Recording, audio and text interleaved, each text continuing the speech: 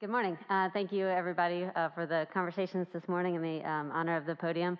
I'd like to thank Dr. Birch for winning the argument for me with this do no harm.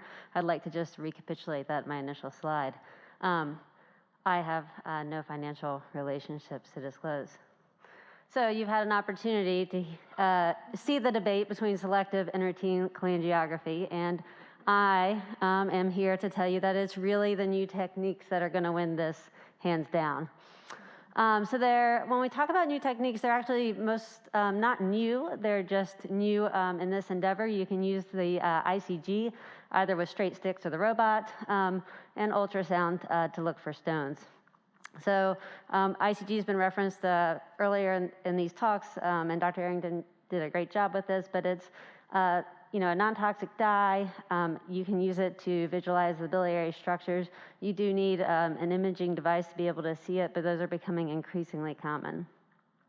And this has been described in laparoscopy for biliary disease for well over a decade. And so what we have now in 2021 is a meta-analysis, and each of these slides are going to take you through the efficacy of ICG for identifying different structures. So you'll notice that in all of these, the p-value is not statistically significant, but you can see where the little black triangle is, black diamond.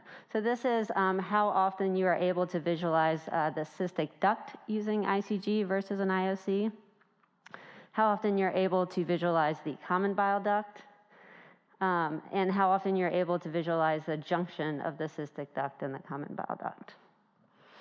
And at the end of the day, I thought what was really interesting in this was that the technical failure rate in ICG was incredibly low, and much, much higher when you use an IOC. They, of course, say there's no difference in visualization because the p-value is not statistically significant. But importantly, when you use this technique, you don't have to dissect or cannulate the cystic duct. And so back to our motto of doing no harm, that dissection and cannulation can create harm and injury, and now we can do it without even having to risk that. It's been shown to have actually a shorter operating time, and then obviously it saves the patient and everyone in the room from radiation. If you use ICG in the robot, we now call it Firefly. And this is similarly, you can see that the rate of identifying all these structures is really highly successful. There have been concerns in the past about success in the morbidly obese patients, but again, even in those patients, it is very highly successful in achieving your goals of identifying anatomy. And then what if you said, well, but what I really do my IOCs for is to look for stones. We've talked about the indications for doing that. And while two common non-invasive ways to look for that is ultrasound, either an EUS or a laparoscopic ultrasound. EUS is well described to identify common duct stones, but not intraoperatively. Whereas the laparoscopic ultrasound similarly is quicker than an IOC.